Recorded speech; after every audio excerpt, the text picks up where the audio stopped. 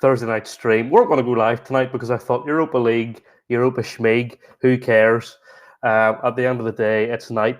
But the games today were too good to not talk about, so I am live. Luke was not free tonight. I have got a more than ready replacement in Gareth McGimpsey. Gareth McGimpsey, how are you doing, sir? How's it going? Not too bad, yeah. Just watched the match there and sort of flipped between the Arsenal match. So yeah, I'm excited to have a chat and see what the crack is and stuff. So yeah.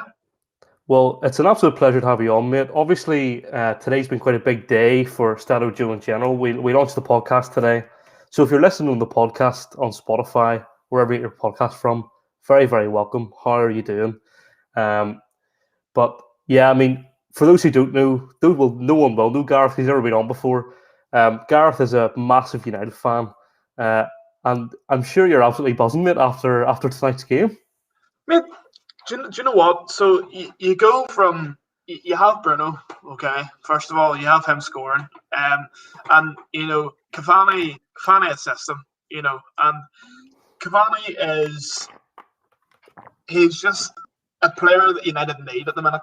I think he's attacking and goal, and he just pounces whenever he needs to. What can I say about Bruno? You know, Bruno's just been the form, United's backbone since the bottom in. And you know, you go into them scoring. So United scoring 9th minute. Pellegrini comes in 1-1, 15 minutes penalty, you know. And then you have Jacko. Always a threat for City, always has been a threat, and even a bigger threat for Roma. Probably a threat that we were going to not be able to cope with very well. But you go into half time at 2-1, and I think you're scuppered there. So you are. I think if you're a United fan, if you're in that United dressing room, you're deflated. You know, you're looking for a place to go. You're looking for answers. You're looking for answers from Ollie. You're looking for answers from the players to get back on the pitch and to do something in the second half. And thankfully they did. Absolutely, and that first half, obviously a massive electric start from United. There's no need for me to say what a fantastic piece of football that was to get that goal. Unfortunately, the handball rule is an absolute joke at the minute, so it wasn't. It is a handball by the nature of the law. The law is terrible. What else is Pogba supposed to do there? I mean, you could not slide in, but at the same time, if your arm's up there and the ball touches your hand, unfortunately, that's always going to be given as a penalty every day of the week. And as Karlik said, we'll get a lot later, Karlik, but yes, good evening. Then we look at the second goal, and Harry Maguire and Lindelof, you know, Magaluf, as some of the United fans like to call them, they look like they were Magaluf, to be honest. That was shocking defending there. And Dzeko didn't even get his first touch right. It was his trailing leg that went in for that goal. And at half-time, 2-1, things were looking pretty dire, certainly from a United point of view. And then, mate, talk us through that second half. Mate, do you know what? United bounce out, and Cavani. Again, you're talking about Bruno and Cavani. You're talking about those two players who have just lit a fire, you know, under United, and who have just completely changed that team around. You know, fair enough. Yes, we're talking about the Europa League at the minute, but you look at even the way they play in the league.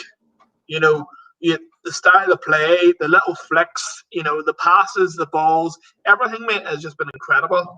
Cavani comes right out of the trap there, doesn't he? He comes right out of the trap 3 minutes in, which is what you're expecting, which is what you're wanting as a United fan. You're wanting to scream, yes, happy days, there we go, we can get this, maybe we can win, maybe we can sneak a draw, but who in their right mind thinks that Cavani's going to score again, you know, just 20 minutes later, you know? I mean, his first goal. Well, he should have scored in the first half, towards the very end. Sure. And then in that second half, he scored a cracker at the start. Like fantastic goal, not even just from his finish, but as a team goal, unbelievable. Yeah, absolutely. And it was a game in that second half. You know, if we talk about the second half as a whole, it was 5-0 to United in that second half, right? I mean, there's a combination of things there. So Roma had a lot of injuries. They lost their keeper. They lost a player after like 90 seconds. They lost someone who was involved in the build-up to the second goal for Roma. So, yes, Roma were extremely unlucky. Extremely unlucky. But United were fantastic in that second half. We'll just look at the stats here quickly, Gareth, and have a see kind of where the game was won and lost. As that is why we're here. Of course, we're all about the stats here on StattoJoe. I always go to this attack momentum meter. We talked about it yesterday. United just dominated the entire game.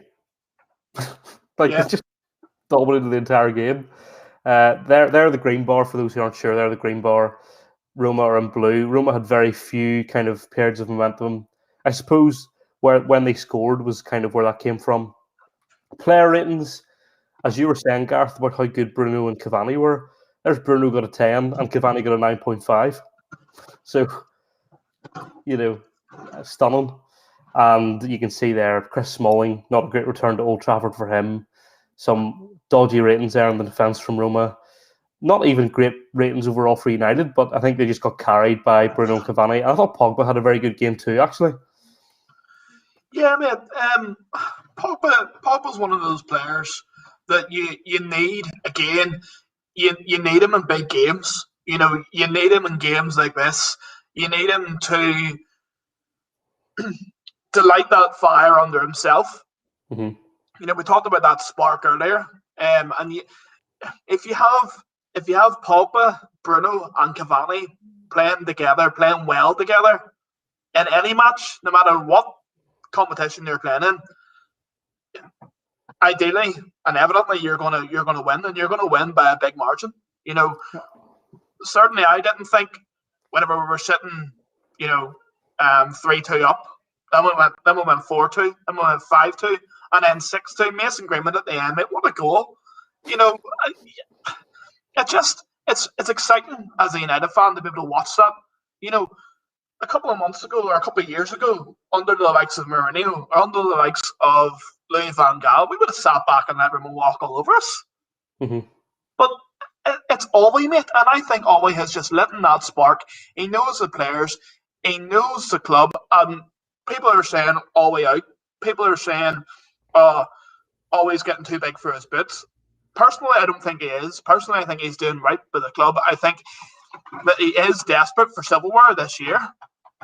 And if he doesn't get silverware this year, then questions may start to be asked. But right now, I think he's doing a spectacular job. Yeah, and people question McSauce and Fred, which I see and understand. I personally don't think Ollie's handled Van de Beek very well. That's the one place where I think it can be criticised, pretty heavily. But apart from that, really, I think he got things kind of spot on there. Like, you look at that result, I don't think anybody ever would have predicted that United won that game 6-2. But this is, if last night's game between PSG and Man City was a game of two halves, tonight's game was even more so in terms of like score lines and things. And we'll just look on a half-by-half breakdown once again at the stats. So in the first half, United over 60% possession, not really a surprise. United are by far the superior team. Roma are 7th in Serie A, so it's the difference in quality there should be clear immediately. But we just see, United had 8 shots. Look at this, Gareth. Roma had 2 shots and they scored 2 goals. Yeah, it's a crazy. If you look at it that way, man, it is a crazy statistic. Unfortunately, there's just gaps in defenses sometimes. And we touched on it earlier with the backing of Maguire and of Lindelof. Personally, would I like to see United buy a centre back in the summer? 100%. I think any United fan in the right mind would. Mm-hmm. But whether we do that or not is another question. Ollie obviously has the faith in the back four. And can we just touch on that back four for a second? Mate, Luke Shaw this season, no matter what competition you play him in, has played an absolute blinder. In my opinion, he's the best. He's the best left back in the league. Yep. And he's probably top 5 in the world right now. You look at what that boy came through. You look at what happened. He nearly lost his leg. And he was told he might never play football again.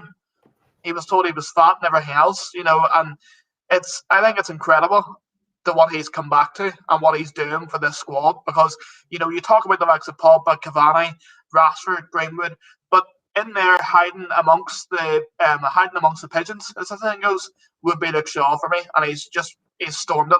So he has. Well, he's played himself into England's first choice left back, in my opinion. Yeah, I think he has to start over Chilwell just based on form. I think Chilwell's fantastic as well, by the way. So that's as high a praise as I can give to Luke Shaw, in that I think he has to be England's first choice left back. And you're so right about. I do think he's one of the top left backs in the league, 100%. In fact, he probably is number one, and certainly top left backs in the world. Probably has played himself up that position. I think he probably is above Robertson right now, just because Robertson hasn't been able to play his game right. Luke Shaw has been able to. Robertson hasn't been able to. There's been a big difference there, but I think you're spot on about Luke Shaw. I really do. If we keep having a look here, United had 8 shots in that first half, and they were the better side, 100%. Only obviously scoring 1 goal in that first half, and we do love an 85% passing accuracy. I mean, Roma's passing was shocking tonight. I mean, I just thought it was awful. If we look at the second half, then. Again, 64% possession, so that same trend keeps up. But we can see, United have 12 shots with Roma's 3 and 8 shots on target as well, scoring 5 from that. So that's a great conversion rate. 5 big chances, only 1 big chance missed. I don't think you can ask for much more in that second half, personally. I know if I was a United fan, I'd be absolutely buzzing from that second half performance. And I think it's not unfair to say, well, that's surely the final. That's them in the final, in my opinion. Yeah, man, I'd agree with you 100%. If anybody had told me at the start of the night that United were going to beat Roma 6-2, I would take my hand off. And I'd take my hand off and run away. All of the decisions made correct by the management again in the squad. Are we getting rush into the subs? And you can see it. The likes of Matic coming on 7 minutes ago. It just shows the experience that Ollie has. And it just shows that there's a big game coming on Sunday. And he is well aware of that big game coming on Sunday. I'll touch again just on Van de Beek. I do agree with you, and I don't think that they have treated him very well. I think that he's been left out of the squad. But what you have to think of is always watching him every day in training, along with Bruno, along with Pogba. So there's obviously something he's not doing to fit into the squad. There's obviously something he's not doing to place management. And it's unfortunate because we obviously paid the money for him, to come into the squad. But it just shows the I don't want to say the word depth, because we don't really have that much depth in the squad. We don't have the likes of a City squad or the likes of a Chelsea squad, where we can chop and change players just like that. But yeah, a fantastic result for United, and I really think that the boys will go into the next week's game really pleased with themselves. Like, surely there's no way you lose next Thursday 4-0. I mean, that would take something. I mean, it is possible, but it would take some sort of unbelievable result. And you briefly mentioned there the game on Sunday. Let's preview that very, very, very quickly before we go into the Arsenal game. So Karthik here, who's in the chat, he's a Liverpool fan. Hi, mate. And he is kind of probably gutted. I would say if you're a Liverpool fan now, you're gutted that United did so well, mainly because United don't need to rest players on Sunday now because they can play a stronger side against Liverpool on Sunday and not so much of a strong side next Thursday, right? I also agree that this is going to be a 0-0. I would agree. I think Sunday's game will be 0-0. Ollie plays for a draw. Ollie plays for a draw usually in these big games. Doesn't want to lose. He's got a decent record against Big Six clubs when it comes to results, but then it's all draws. It's never wins. So, how do you think Sunday's game will go yourself? Like every United fan up and down the country within the world, I want to say we're going to win. But remind me again of where it is. Is it's at Old Trafford? Yeah. So it just, mate, this season is testament. You know, it just depends what team shows up in the day. You know, we've been in a weird season. You know, we haven't had fans in the stadium. We haven't had, you know, you look at it any different. You know, tonight United score 4 goals in front of the Stretford End. 5. You know, and 5 goals in front of the Stretford End, and the place goes ballistic. You know, whereas you go to Old Trafford on Sunday, you don't have that you don't have the fans, you don't have that backing of the fans. The players will be up for it, I have no doubt. But just looking at the comments here, I can say from Karthik, you know, Robbo, I've had arguments with Liverpool fans for months now. People telling me that, you know, that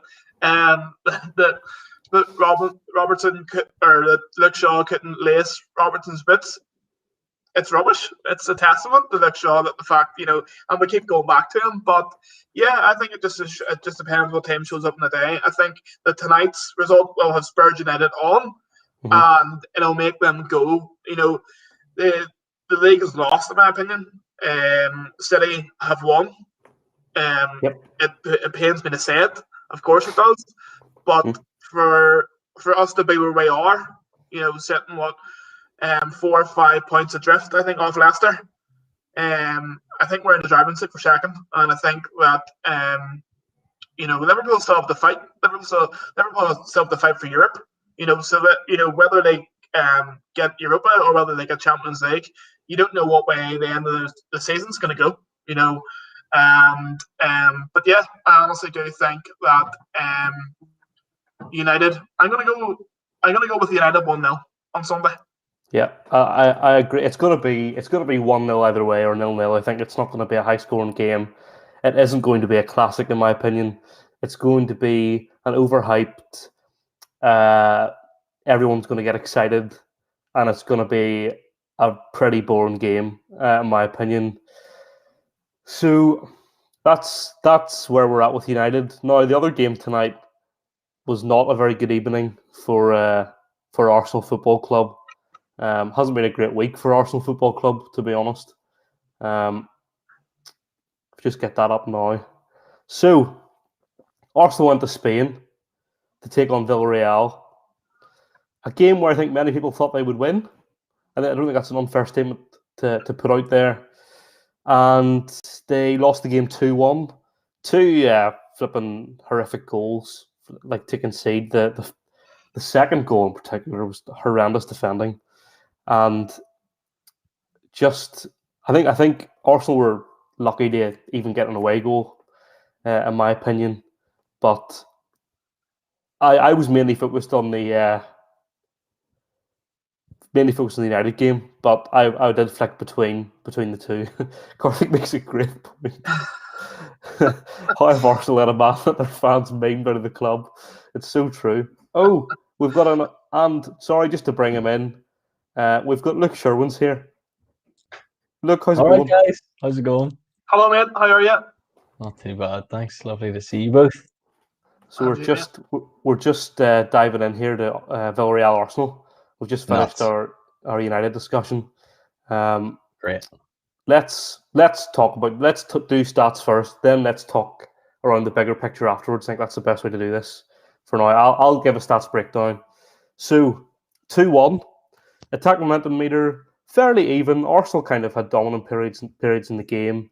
Certainly was more even than the United game in terms of momentum in the game and all that kind of thing.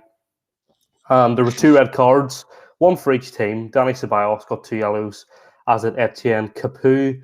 And man of the match, apparently, from various sources I've read, Martin Odegaard was fantastic. But in this instance, Raul Albiol has the highest rated score in the game, 7.6 out of 10. If we just look quickly through the stats for the game, possession fairly even between both sides, so kind of just above and below 50%. Completely even on shots, 9 each, although Arsenal only managed 2 shots on target, which is something they need to maybe work on training. Villarreal getting 6 of their shots on target, which is excellent. Big chances, Villarreal had 2, scored one of them, missed one of them. Arsenal had their one big chance, and they scored that big chance. Indeed. Good accurate passing rates, all that good stuff. But if you're an Arsenal fan, I'll go to Gareth first, and then, look, you can carry on after Gareth. Great. Where have Arsenal gone wrong, really, is the question I want to ask. What has happened? It's a tough one. You know, you look at the Arsenal, what Arsenal used to be, the team that they used to have, all those years ago when they were fighting with Fergie and the Invincibles and everything else. It's hard to watch a team, go down like that. It really is. But look, everybody's hitting the nail on the head. It's gone wrong for them. It really has gone south.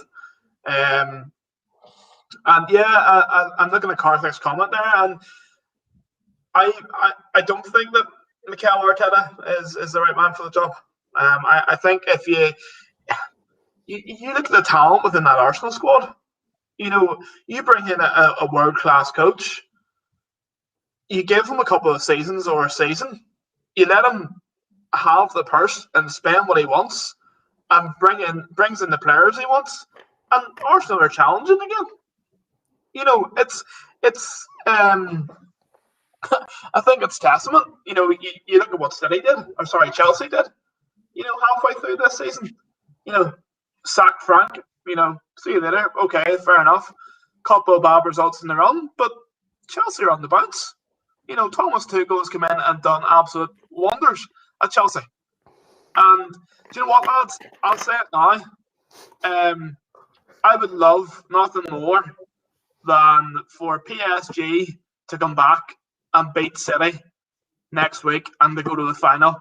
Chelsea go to the final, and Thomas Tuchel beats PSG with Chelsea. I know realistically it's not going to happen, probably not, because I think Kylian Mbappe and Neymar would tear them to shreds. But yeah, I think. Sorry, just to go back, I think that Arsenal, they have fallen, and I personally, I can see players leaving. I can see them sacking Arteta soon if he doesn't pull his finger out. And yeah, I think that's the be all and end all of Arsenal at the minute, really. Look. Oof. Call me Natalie and Biglia because I am torn. I really am torn on this issue. I think Arsenal have done really well in the second half tonight. Really well. They deserve a lot of credit for how they've done because they went a man down and yet they looked the better team after that. Ceballos going off was a blessing in disguise. 2 shots on target, as you mentioned, isn't a surprise to me at all because Nicolas Pepe started up front. Nicolas Pepe, yeah. He's a decent winger, but he's not a goal scorer. Emile Smith-Rowe, Odegaard, Saka, none of them, well, Odegaard can hit a ball well. None of them can score goals, though. They're not finishers. None of them are. And so I'm not surprised about the 2 shots on target. Nicolas Pepe seemed to have a really bad game. with a 6.2 there on the rating. Not ideal from him, but I think they deserve credit for how they've regrouped after the red card. One away goal is perfect for them. Had they gone in with 0, they would have been scundered. But look at their performance against Slavia Prague in the last round at home or away from home in the second leg. They've absolutely come out and done bits there. So I think Arsenal are in an okay position, 2-1 down, but with an away goal means they could go to the Emirates and win 1-0 and go through. It's not bad. It's not bad. Definitely can't write them out. Roma, write them out. Arsenal, don't write them out. You know, two away goals for Roma is very, very different. But I think Arteta does need to go, but he's not going to go now. He's going to go at the end of the season if he is going to go. They'll give him the full season. Only 5 games left or something. But yeah, Unai Emery did a really good job tonight. Showed his former employers that he's decent. But I think Arsenal players are coasting, is what I see. I see every single player on that pitch, apart from Saka and Smith Rowe and Odegaard, but he doesn't really count, as coasting. They're getting a good salary from what is considered a big club, but they're just content with bringing in the paycheck, content with getting money. It doesn't really matter where they finish. Granit Xhaka is playing left back. If Granit Xhaka is playing left back for your club, you're not going to do overly well. You're going to go mid-table in the Premier League. Because Granit Xhaka has no pace whatsoever. He's going to get beaten every time. Arsenal, I have a lot to say about Arsenal all the time. Because I have a soft spot. Despite being a Stoke fan, a soft spot for Arsenal, which is controversial, I know, because Arsenal and Stoke hate each other. Because, Shawcross broke somebody's leg, so for some reason we hate them. But yeah, Arsenal deserve credit. And I'm not going to lie, I would back them to go through still. Yeah, I wouldn't be surprised either if they went through. I actually think even if they'd lost 2-0, it wouldn't have been the end of the world. I think so at half time during the games it was 2-1 Roma and 2-0 Villarreal, and I thought that actually United were in a worse position than Arsenal because they had conceded 2 away goals. And so, I was thinking, well, actually Arsenal aren't in as bad a position as United are at half time. But then, Arsenal managed to turn it around, and both teams managed to turn it around actually, in effect, don't they really? So there is that. It's really, really interesting. I think everybody, including myself, was expecting Man United Arsenal final. I think United are already in the. There's like a 98.5% probability that United go through to the final here. Do you know what I mean? It's not like it's very unlikely that they won't go to the final. I'll tell you in this stream now that if if Roma manage to get to the final of the Europa League, I will get Roma tattooed on me somewhere. Do you know what though? It scares me a little bit because you look at Roma against Barcelona just a few years ago in the Champions League, and they did it. They did exactly what they needed against the best player in football history and his club. Iniesta was still playing. It was a good squad. There might be though. Karthik's put in the chat there. There will be no Greek God moment or in Rome moment. But there might be, and that's the wonderful thing about this beautiful game that we watch, is that Roma could win 4-0 because football is absolutely nuts. Absolutely. If Roma play like they did in the first half, decent enough. United weren't good. United weren't a good team. If that Roma team plays that and United do that for a whole game, who knows? They scored 2 tonight in one half. You could score 4 next week in 2 halves. Like this game is nuts. I personally not going to put my neck on the line and say, if Roma don't score 4 goals, I'll tattoo Man United on me or something. That would be ridiculous. But I'm just saying, watch out, be careful. Who knows what can happen in this ridiculous game that we call football? Thing is, Gareth, I am clipping what you just said and keeping that so that if Roma do go through, as soon as it goes full time, I'm posting that straight away, tagging you, all that good stuff. just a bit of admin from me here before we finish up. But if wherever you're watching this, make sure to like and if you're on YouTube, subscribe, follow the pages, all that good stuff. Of course, need to plug it. But this stream will be on Spotify by tonight. I will get that up as soon as possible. So if you've missed the stream or you're just coming in now and you've missed the whole thing, but you don't have time to watch it, you can listen to it on Spotify when you're out for a walk or you're driving to work or whatever it is if you want to catch up. So make sure you go over there and hit the follow button over on Spotify.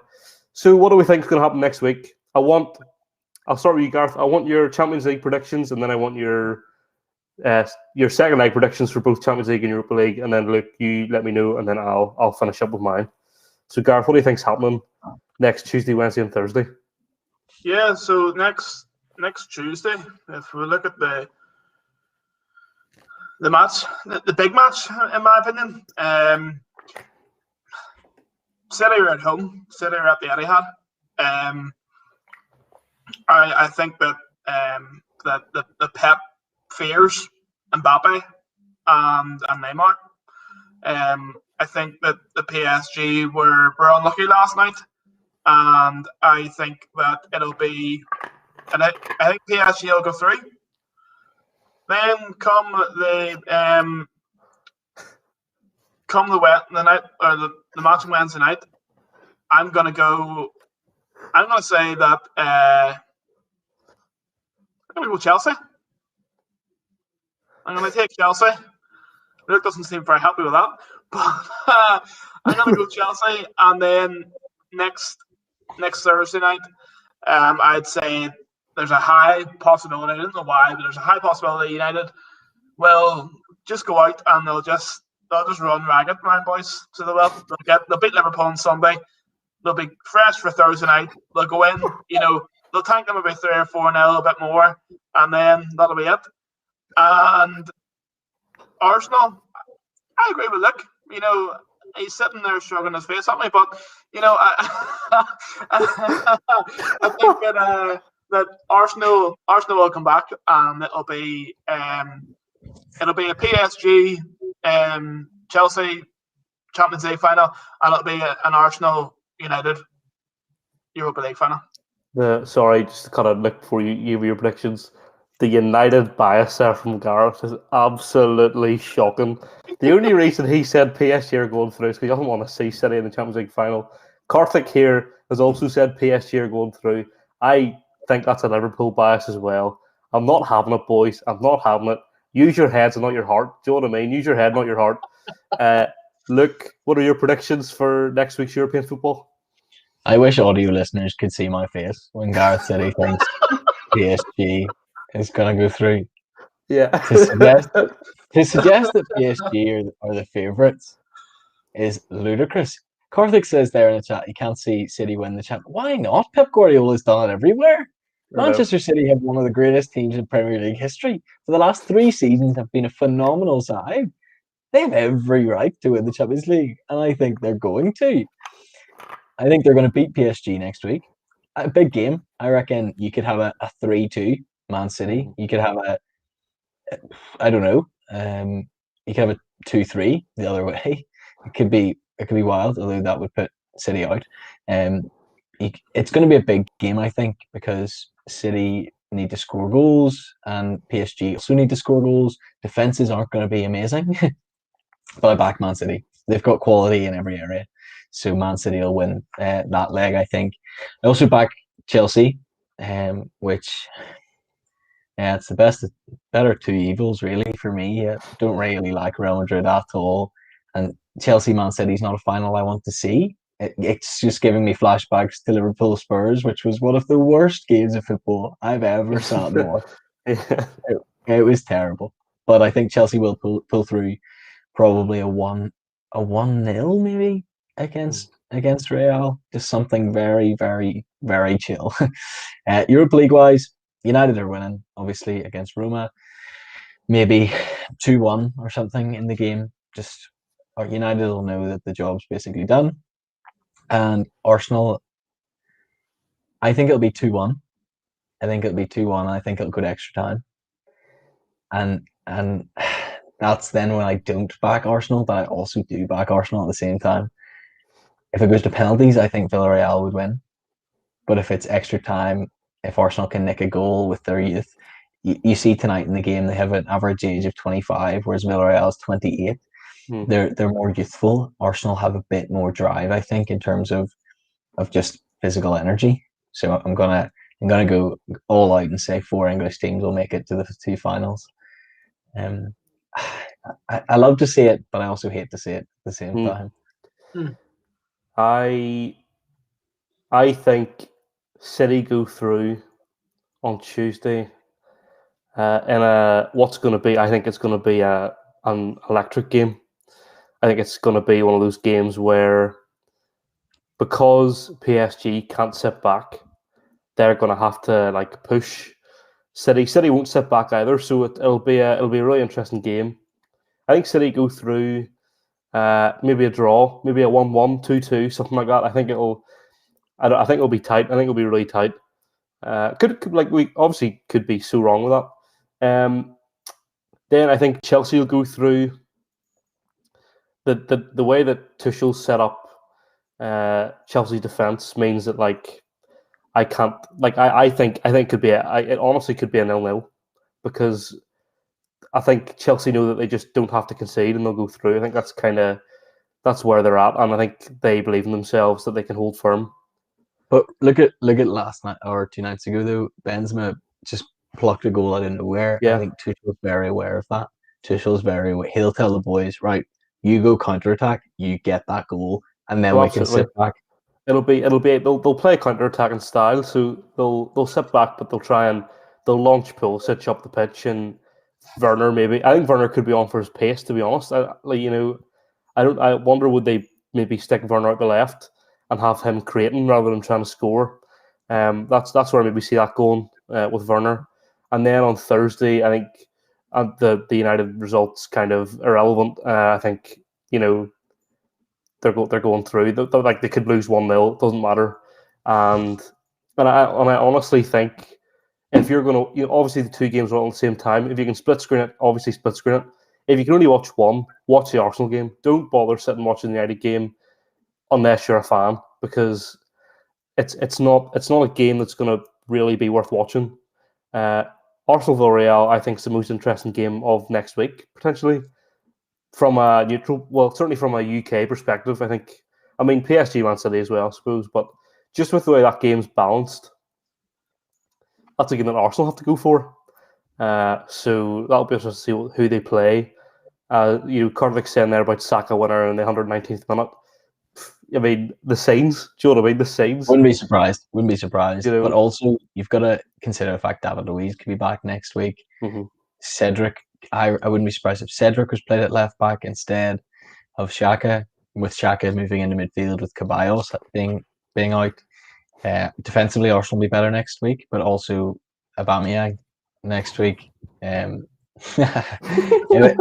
it goes 2-0 to Roma, that's when everybody should switch over. That's when Gareth's trying to save his mum's got a tattoo needle for him to get a Roma.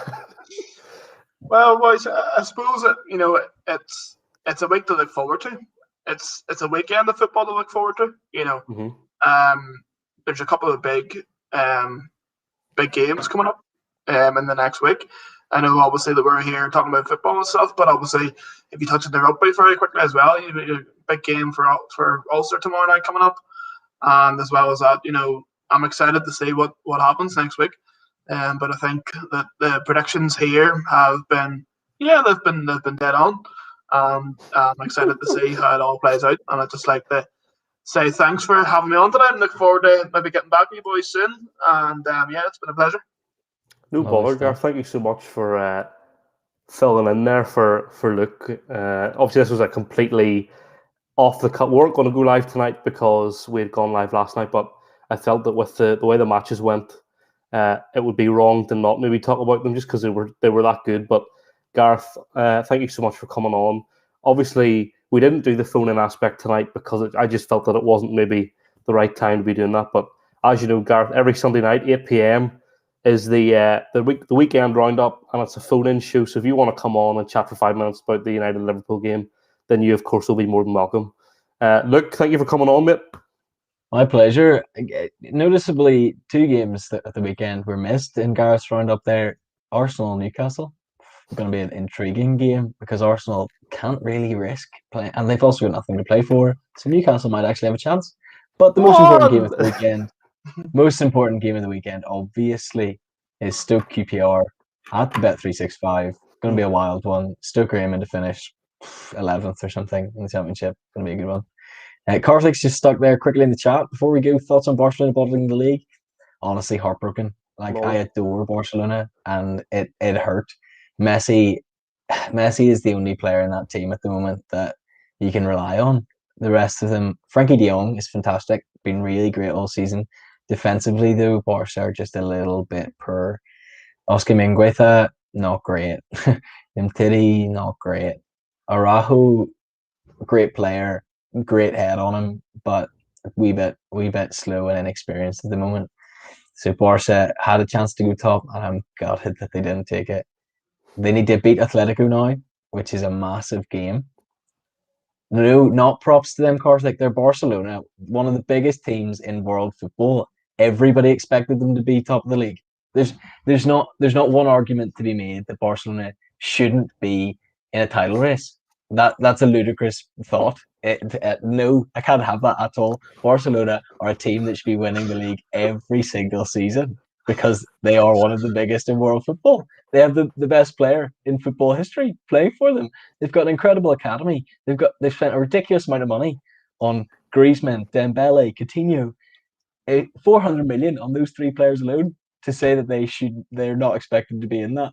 Nah, yeah, that is football, but Barcelona are expected to be there. That's exactly my point. If nobody expected Atletico to be 12 points clear in any way. Nobody expected that. If anybody says, "Oh yeah, I predicted that at the start of the season," they are just a straight up liar. There's no way anybody predicted this. Barcelona and Real Madrid were expected to be in a 2 kind of 3-horse race as per in Spanish football, and Barca had a chance to go top tonight. They didn't take it. Ronald Koeman doesn't know what he's doing. Half the players of Barcelona look deflated. It's sad, but they should have gone top tonight because they're playing Granada, who have never won at Camp Nou before, and tonight they won at Camp Nou. Shocking. And they can I just say that they won at Camp Nou with 18.5% possession. Look at that. Exactly. So, it's a terrible performance from Barcelona, especially in the second half. 3.5%. Wow. I get it, Yuri. Anyway, guys, thank you so much for joining me. Thank you so much to you guys for watching the stream. And if you're listening to the podcast, we love you very much. And if you're watching live, you're okay. But thank you so much for watching. You're all legends for watching or listening to any of these. And we'll see you on Sunday night, 8 p.m. Be there or be square. See you later.